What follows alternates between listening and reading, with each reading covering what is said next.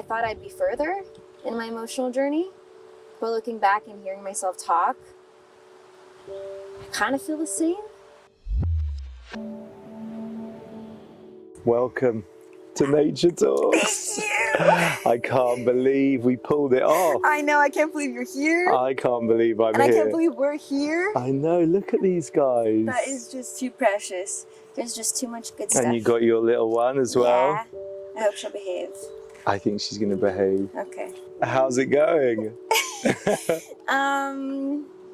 You know, I've had better days. I feel like I'm a little bit on the down wave. Why are you on the down wave? It's just more like a cycle I feel like I go through of depression. So it's just like, because the cycle just always comes back, so I'm just feeling so hopeless about it. Are there things that you do in the morning to get yourself into the day, or do you just kind of... As of these last 2 weeks, I haven't really been effective with it, but usually I'm trying also to do a cold shower. Hydrate. Because I think the problem happens is you start not doing other things. Right, because they're so difficult to do. Eating, so difficult to do. Eating, yeah. I can either be eating, like overeating, or I just can't, I'm not eating for like a long period of time because I have no appetite. Yeah, no, and then my vulnerability gets higher, and then the cycle gets worse. What are the sad thoughts? I think right now it's mostly the fatigue of the cycle. Yeah, the waking up and just the feeling low and the...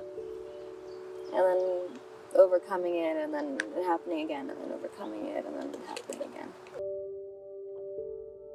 I guess the main reason I wanted to start these conversations is because I'm very interested at like where people have come from and what's happened to them in their lives, and how that has kind of, I guess, like carved their creative path. Do you know what I mean? Mm-hmm. For good or for bad, you know, like, what's your name and where'd you come from? My name is Kristine Frøseth. Frøseth. There you go. And I come from, well, born in New Jersey, but my family's from Norway, and then we moved back and forth every 3 years. And then I now live in New York, and I've stayed there for 10 years, so I've stayed in the States. A nomad at heart. Yeah, right? Yeah. Kind of never really, I was always the new girl, never really settled, really hated it at the time, and now I feel grateful for it, just the different like life experiences I got to have. And I think that really helped me get into acting. I mean, I guess definitely we should talk about snorkeling, shouldn't we? Yes. Yeah, I mean, I just felt that you just connected with the role and the character, but also, I guess, like what we were trying to do in terms of a meaning and a purpose. What was it like for you? Yeah, I think I immediately really connected with it on both levels. Like the love story aspect was really beautiful, and then I was really excited to hear how you were going to do it and how there was going to be a lot of space to improvise, and the script wasn't like set. I'd never done anything like that before, so I was just really intrigued by that. But it was beautiful how you trusted us and you pushed us, and I feel like I couldn't have gone to that vulnerable of a place because I've really opened up on that. Yeah. If it was just like intellectual, or if I felt like I was in a safe space. So that's like, I think the biggest memory. I remember we went outside, yes! And I said, if you want to say something in this film now that's yes. like from you, yes. then say it now. Yes. And you said it. Yeah. And you know, I think that, you know, the tears are real. Yeah. Oh yeah. That was not acting. No, and honestly, it's like you can just feel it. Yeah. Like you can feel it so, like, excruciatingly and beautifully. You know, it was, and I know it was a big culmination. It was a big build up to that point, wasn't it? Because this is only my perspective, but you know, correct me if I'm wrong, but I did think you were coming to terms with being that open, like throughout the film. Totally. You were like, totally. Am I really prepared to like, yeah, rip open the you know, the heart, yeah, and show it. Yeah. So, how come you wanted to do the film? because it was going to be a challenge and because I had to face myself in a different way. I mean, there was some safety with there still being a character because it's not me, so there's some safety there. But I knew I would have to tap into my emotional self and be honest in a way that I hadn't before, and that wasn't just technical. And that was exciting, and then getting to meet all the people that I was going to meet. And Daniel's dope. You're dope. So that was all there. You know, I've been watching back a lot in this kind of lead up to it coming out is all of the group sessions that we did. And I realized how tough that was for you and Daniel, but you especially, because that was a very real environment, wasn't it? How did you find those sessions? So scary. I just thought it was really beautiful how everyone opened up and how everyone trusted each other to do so. And that, I guess, like, they didn't... I was inspired. I was just so amazed that they were opening up, and I felt less alone, and then I felt like I could start opening up, and watching them back, like, these last few weeks especially, which have been really hard, like, they've meant so much to me. Oh. And that there is hope. And also just the pain is just, it's really hard to explain, but it's just meant so much to me. And then it's also kind of sad looking back and seeing how little I've come, how I thought I'd be further in my emotional journey. But looking back and hearing myself talk, I kind of feel the same. Really? Yeah. Can you just talk about what the road trip piece of it kind of meant to you, or what were you going through in that time? The road trip piece, I feel like, was the most vulnerable and the scary parts, because that's where I felt like, as an audience member, maybe they're not going to be aware of. It was just, I couldn't hide as much behind a character. So it felt more like Kristine. Yeah. And then when we were doing the more scripted stuff, that clearly wasn't me. I mean, there were parts of me that I explored through her and learned from her, but it wasn't purely me. So the road trip stuff was a scarier part. And when you see the film, how much of it do you feel is you versus the character? I think there's so much of me in it. Yeah. It's interesting that you say a lot of you's in it, because I think that in the end I was just searching for all of those bits. It ended up, there is obviously the narrative and the story and the love story and all of that happening, but there's also, I think, this observation of youth and mental health and all these kind of notes, which I think that all of you within the film bring your own perspectives, which I think is what I think ultimately will be beautiful when the world has it, Same. I can't wait for people to see and meet these individuals. Like I said, watching those videos back recently have been so helpful. Yeah. Well, I've got so many more to come. And I'm so excited. Yeah, there's so much amazing stuff. There's so much stuff. knowledge and there's so much beauty. What do you think that you learned from making Snorkeling? Wow. I really learned about myself a lot, where I was in my life and how I was ignoring it and not really sitting with it, not really wanting to accept it either. I just really learned a lot about my emotional life, and I learned a lot about how to open up and how to trust others and how to be courageous. You taught me that. To just be bold and open. Wow, Yeah. that's a great list of things. Yeah. Yeah, I learned a lot. I saw it. It's one of the most special projects I've done. Oh wow, yeah. That means so much. I don't think I fully understood what I signed up for And then I think day by day, it was like a nice check-in of like how vulnerable and how open can you be. And you never pushed it. You kept always just be like, let's open the door a little bit more, a little bit more, a little bit more, but not in a way that felt like I didn't feel safe.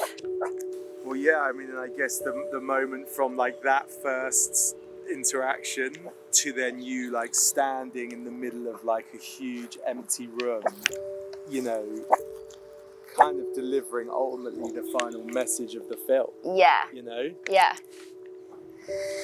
Yeah, that was kind of the final moment where I could. How did you feel after the film? Like, what did you do after it? That's a really good question. I kind of like, that's also a little bit of the sad part is I think I went from really opening up to then a very just back to the grind, back to the technical aspects of it. Where do you think it comes from? Which part? Like your depression, your kind of sadness. Wow, that's an interesting question. Probably just my upbringing, genes, environment.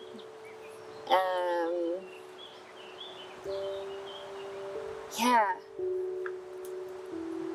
A combination of all that.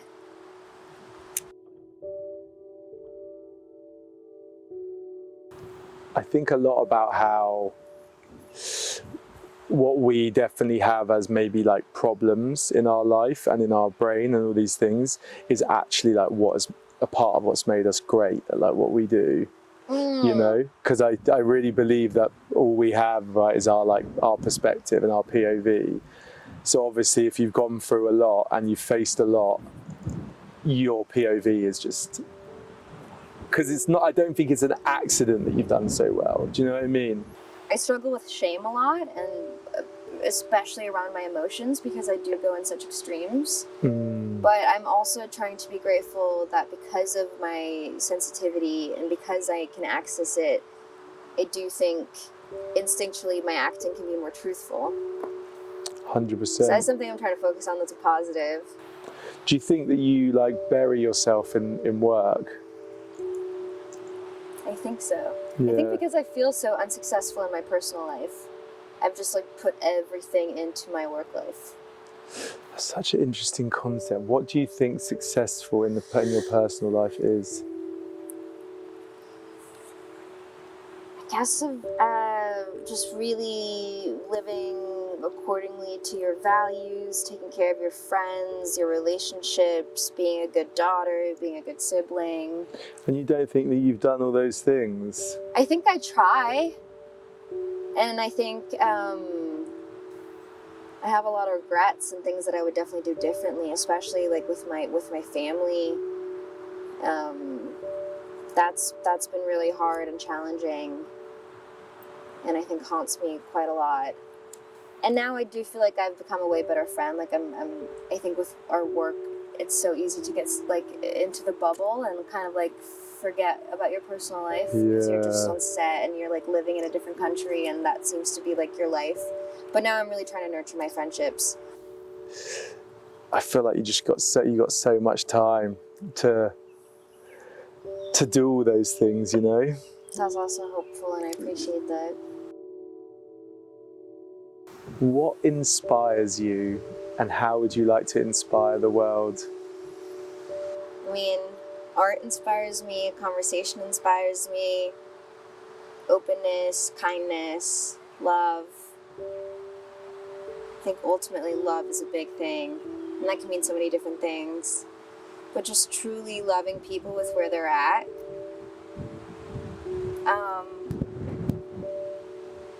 I guess through my work, I hope to inspire people and create conversation.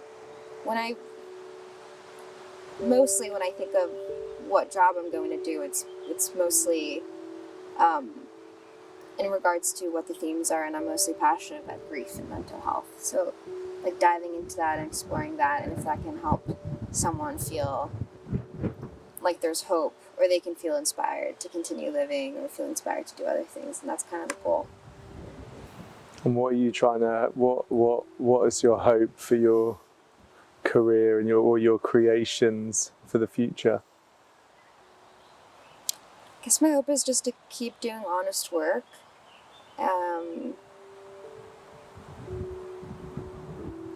Yeah, it's really just continuing to tap into themes that I'm passionate about and keep understanding or exploring human behavior.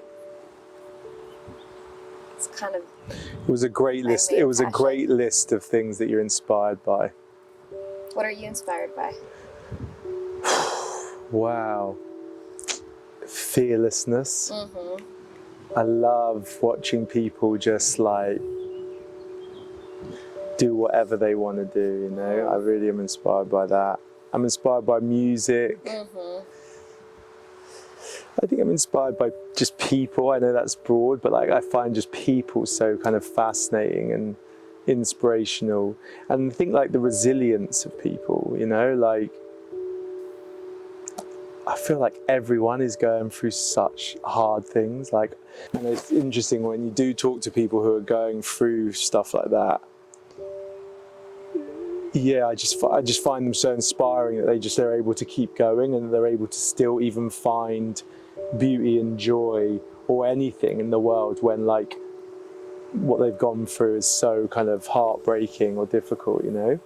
Yeah. What do you love most about the nature? You just immediately feel calm, and I feel out of my head because there's so much to take in, and I feel less anxious just immediately. I can't really describe it, but I hike a lot, and whenever I hike, I'm not ruminating or in a negative headspace ever. Yeah. There's just, I just feel present. That's the beauty of it. Yeah. Here we are in the nature. Like today was really hard. It was really hard to wake up and come here. But I knew the second I get here, it'd feel better. Yeah. But sometimes I find it really hard to be outside when I'm feeling depressed or struggling when it's really sunny out. Yeah. Because I feel like there's like a pressure to be happy. And there's a lot of joy around because there's a lot of people enjoying themselves. And I find it hard to be around that sometimes. Even though it can also be inspiring, but it's also like, why? Yeah, it's just hard. I know what you mean. Sometimes I feel like when it's sunny and I'm depressed that I can't see the sun. I know. I'm like this. I'm like, but then when you're not depressed, you're like, wow, look at it. That's the best thing in the world. But then also when it's really rainy and shitty out and you're depressed, I then just really wallow in it. Yeah, no, I mean, that is like the worst. It's the worst. Then I just become one with the storm outside. And then I start playing sad music. Because I'm really trying to work on, in DBT, we have this thing called opposite action, which is you do the opposite action to what you would do. So if I'm feeling sad, the opposite would like play a happy song or like go for a dance or go for a walk instead of playing a sad song or crying. You do like the complete opposite to what you actually want to do. So you force yourself to do something different. So when it is sunny, I try and do opposite action to sadness and go outside and be in the sun. If you were going to see this, if your younger self was going to see this, what would you hope that she got out of it? There's a lot of things. It's interesting because in a lot of group therapy where they actually make you talk to your younger self. Interesting. Twice, yeah. I literally ran out of the room. No way. Twice. Couldn't face seeing my younger self, and I couldn't even begin to have a conversation. Literally ran out of the room. And it's still such a hard thing for me to face because I do feel like I really abandoned that part of me and really still can't take care of her. Yeah. So it's honestly just like, let's just keep going day by day. And I'm really trying to look after you, and I'm really trying to hold you and love you. But if you could give her one message, what would it be? Just keep putting one foot in front of the other, and you can always begin again. I feel like I'd more like hug her rather than say anything. I mean, that's a pretty good one. Put one foot in front of the other, you know, because I think that sometimes we can just think about all the big things that we're trying to fix and trying to achieve and trying to solve, when really, like, it is just day by day, and it is minute by minute. It's truly minute. If I can get out of bed and then the next minute I can brush my teeth, that's like, when I'm depressed, that's a big win. If I can drink water, big win. If I can get out of the house, major win. So it's just like constantly like, just keep on going. Well said, well said.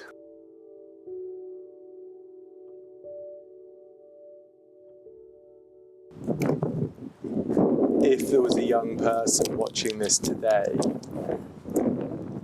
who was like, you know, going through it and feeling alone, or, you know, just going through it in any way, like, what would you hope that they got from this, watching this conversation? I just hope that they know that there's so many reasons, like there's so many ways to have a life worth living. And right now it might feel really difficult and really painful and really, there's a lot of suffering and a lot of thoughts and a lot of obstacles, but there are also so many reasons to stay and to not lose hope. Beautifully said. What are some of your reasons? Some of my reasons, my family. I'm still here for my family. I have this little girl. She makes my days. She makes them better. And I want to make hers better. My friends. And these conversations, connecting with people, like, that's so much of the beauty. Just keep on exploring and loving. Well said, well said. Thank you. Oh, we're doing a little hug. Yeah, we've always got to do a hug. I love you. Oh, me too.